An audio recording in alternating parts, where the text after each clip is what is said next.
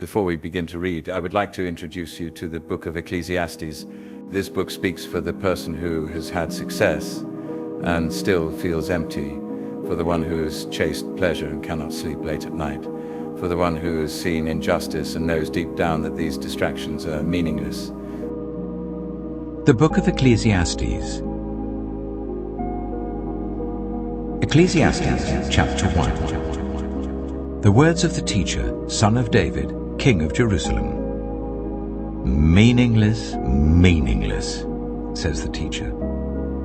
Utterly meaningless. Everything is meaningless. What do people gain from all their labors, of which they toil under the sun? Generations come and generations go, but the earth remains forever.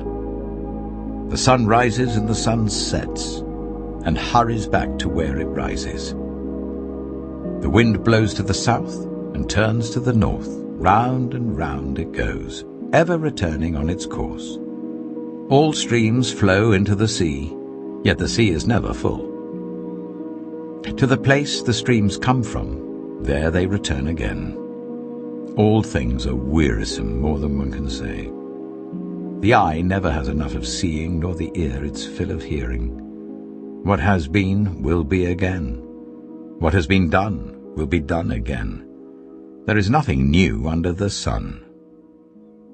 Is there anything of which one can say, "Look, this is something new"? It was here already long ago. It was here before our time. No one remembers the former generations, and even those yet to come will not be remembered by those who follow them. I, the teacher, was king over Israel in Jerusalem. I applied my mind to study and to explore, by wisdom, all that is done under the heavens. What a heavy burden God has laid on mankind. I have seen all the things that are done under the sun. All of them are meaningless, a chasing after the wind. What is crooked cannot be straightened, what is lacking cannot be counted. I said to myself, "Look, I have increased in wisdom more than anyone who has ruled over Jerusalem before me. I have experienced much of wisdom and knowledge." Then I applied myself to the understanding of wisdom, and also of madness and folly. But I learned that this too is a chasing after the wind. For with much wisdom comes much sorrow. The more knowledge, the more grief. Ecclesiastes chapter 2. I said to myself, "Come now, I will test you with pleasure to find out what is good." But that also proved to be meaningless. Laughter, I said, is madness, and what does pleasure accomplish? I tried cheering myself with wine and embracing folly, my mind still guiding me with wisdom. I wanted to see what was good for people to do under the heavens during the few days of their lives. I undertook great projects. I built houses for myself and planted vineyards. I made gardens and parks and planted all kinds of fruit trees in them. I made reservoirs to water groves of flourishing trees. I bought male and female slaves and had other slaves who were born in my house. I also owned more herds and flocks than anyone in Jerusalem before me. I amassed silver and gold for myself, and the treasure of kings and provinces.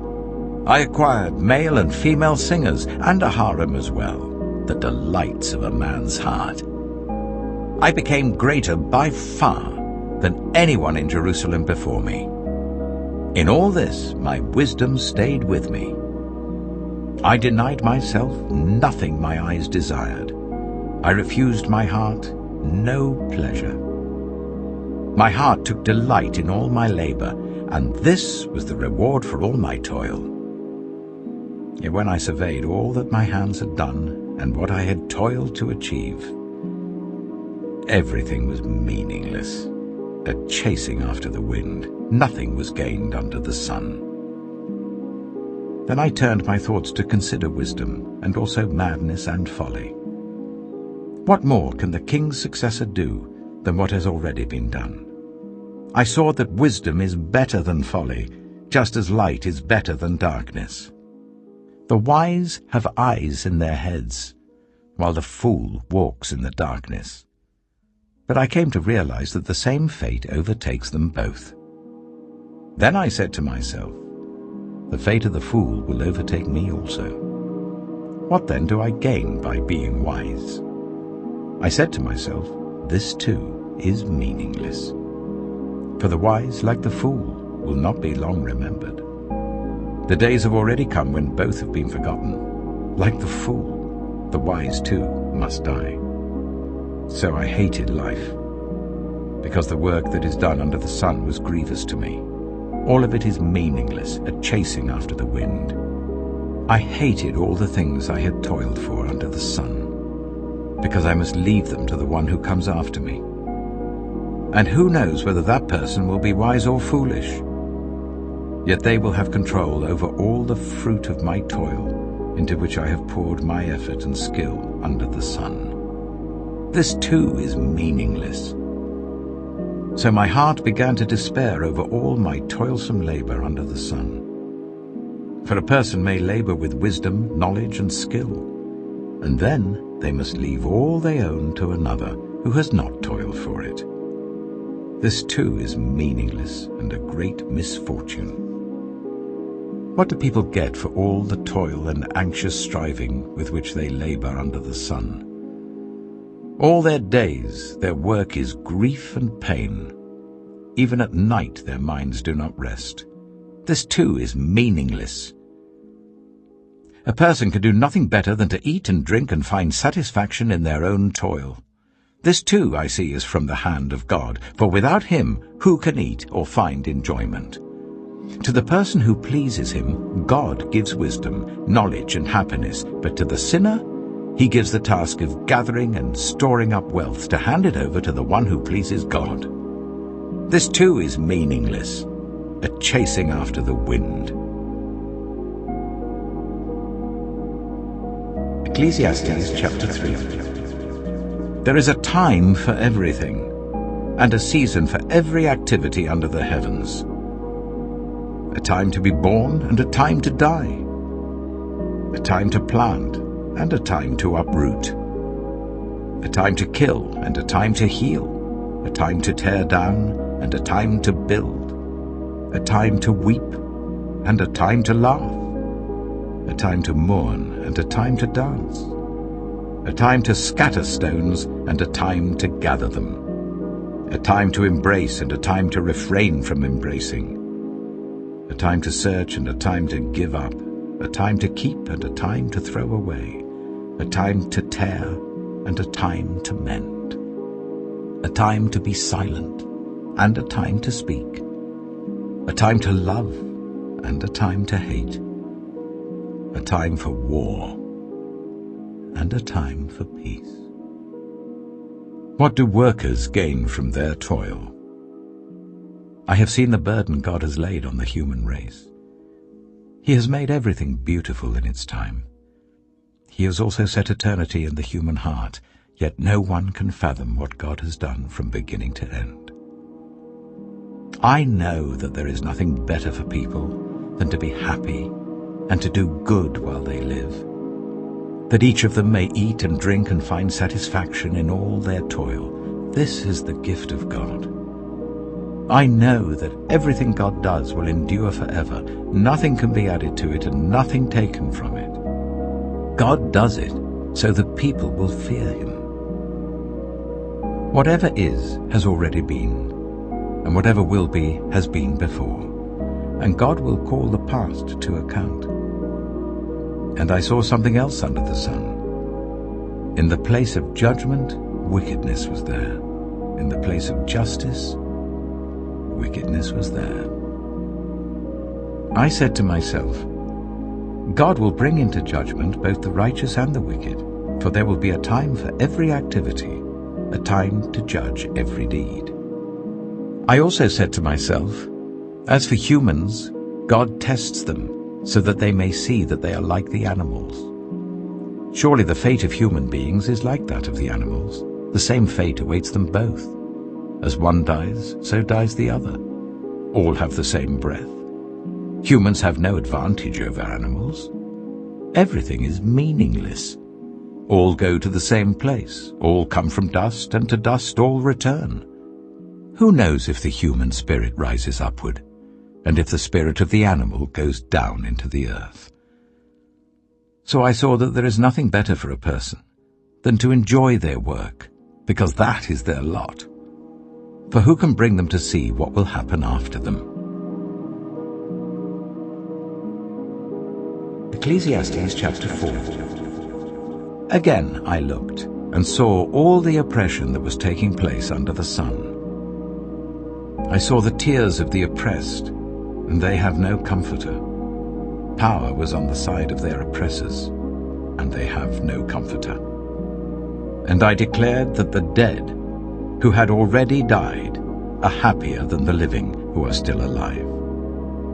But better than both is the one who has never been born, who has not seen the evil that is done under the sun. And I saw that all toil and achievement spring from one person's envy of another. This too is meaningless, a chasing after the wind. Fools fold their hands and ruin themselves. Better one handful with tranquility than two handfuls with toil and chasing after the wind. Again I saw something meaningless under the sun. There was a man all alone. He had neither son nor brother. There was no end to his toil, yet his eyes were not content with his wealth. For whom am I toiling, he asked, and why am I depriving myself of enjoyment? This too is meaningless, a miserable business. Two are better than one, because they have a good return for their labor. If either of them falls down, one can help the other up. But pity anyone who falls and has no one to help them up. Also, if two lie down together, they will keep warm. But how can one keep warm alone? Though one may be overpowered, two can defend themselves. A cord of 3 strands is not quickly broken. Better a poor but wise youth than an old but foolish king, who no longer knows how to heed a warning. The youth may have come from prison to the kingship, or he may have been born in poverty within his kingdom. I saw that all who lived and walked under the sun followed the youth, the king's successor. There was no end to all the people who were before them, but those who came later were not pleased with the successor. This too is meaningless, a chasing after the wind. Ecclesiastes chapter 5. Guard your steps when you go to the house of God. Go near to listen, rather than to offer the sacrifice of fools, who do not know that they do wrong. Do not be quick with your mouth. Do not be hasty in your heart to utter anything before God. God is in heaven, and you are on earth, so let your words be few. A dream comes when there are many cares, and many words mark the speech of a fool. When you make a vow to God, do not delay to fulfill it. He has no pleasure in fools. Fulfill your vow. It is better not to make a vow than to make one and not fulfill it.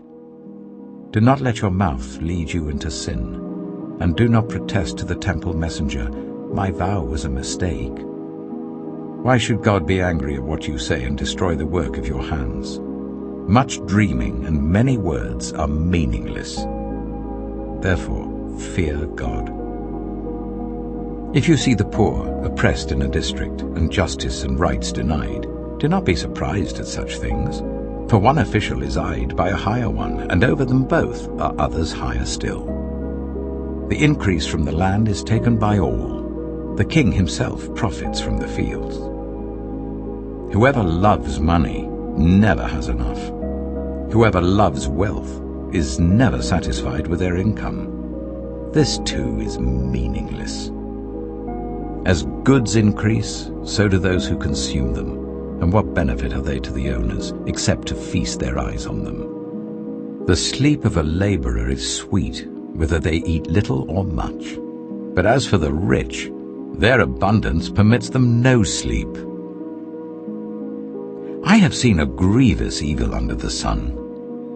Wealth hoarded to the harm of its owners, or wealth lost through some misfortune, so that when they have children there is nothing left for them to inherit. Everyone comes naked from their mother's womb, and as everyone comes, so they depart. They take nothing from their toil that they can carry in their hands. This too is a grievous evil. As everyone comes, so they depart. And what do they gain, since they toil for the wind?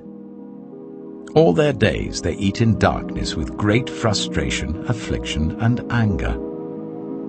This is what I have observed to be good, that it is appropriate for a person to eat, to drink, and to find satisfaction in their toilsome labor under the sun during the few days of life God has given them, for this is their lot. Moreover, when God gives someone wealth and possessions and the ability to enjoy them, to accept their lot and be happy in their toil, this is a gift of God.